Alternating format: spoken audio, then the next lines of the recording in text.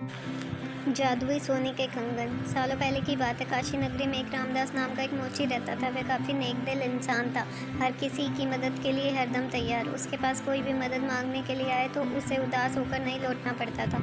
एक दिन मोची रामदास रोज की तरह अपना मोची का सामान लेकर अपनी दुकान में बैठा हुआ था। उसके पास एक ब्राह्मण आया और अपना जूता सिलने के लिए दिया। जूता सिलते हुए रामदास ने ब्राह्मण से पूछा, आप कहाँ से आए हो? ब्राह्मण देव ने जवाब दिया, मैं कावेरी तट से गंगा माँ के दर्शन करने और नहाने आया हूँ। एकदम से मोची रामदास ने पूछा, क्यों, आज कावेरी नदी में पानी खत्म हो गया है क्या?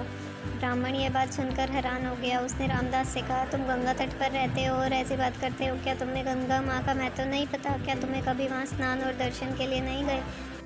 रामदास ने जवाब दिया, ना मुझे महत्व पता और ना मैंने कभी वहाँ स्नान किया है। रामदास आगे कुछ बोलता कि उससे पहले ही ब्राह्मण देव ने कहना शुरू कर दिया, गंगा तट पर रहकर ना गंगा की शक्ति का पता है और ना कुछ और, तभी तो तुम्हारे भाग फूटे हुए हैं। इसके बाद ब्राह्मण ने रामदास को गंगा माँ की महिमा सुनाई। ब्राह्मण की बातें सुनने के बाद रामदास ने कहा, अपना मन साफ हो तो हर तट का पानी गंगा है।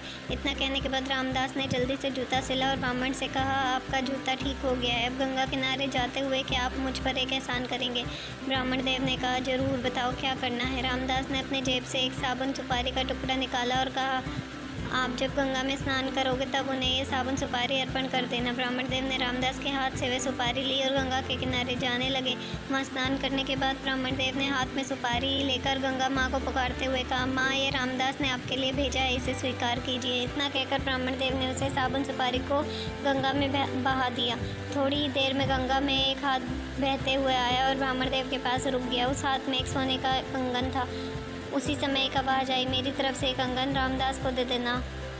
गंगा माँ की तरफ से रामदास के लिए सोने का कंगन आता देख ब्राह्मण हैरान हो गया। दंग ब्राह्मण ने कंगन को हाथ में उठा लिया। कंगन हाथ में लेते ही ब्राह्मण के मन में लालच आ गया। उसने सोचा कि मैं ये कंगन रामदास को नहीं दूंगा। आखिर रामदास को पता ही कैसे चलेगा कि माँ गंगा ने उसे कंगन देने के लिए कहा है। इस सोच के साथ ब्राह्मण आगे बढ़ने लगा। कुछ दूर जाते ही उसके मन में हुआ कि अगर मैंने ये कंगन बेचा तो पूछताछ होगी और मुझ पर चोरी का इल्ज़ाम लग सकता है। मैं सीधे कंगन राजा को देता हूँ, वो खुश हो जाएंगे और इनाम भी देंगे। इसी सोच के साथ ब्राह्मण सीधे राजमहल पहुंच गया। वहां पहुंचते ही राजा को प्रणाम करके उस ब्राह्मण ने उन्हें कंगन भेंट कर दिया।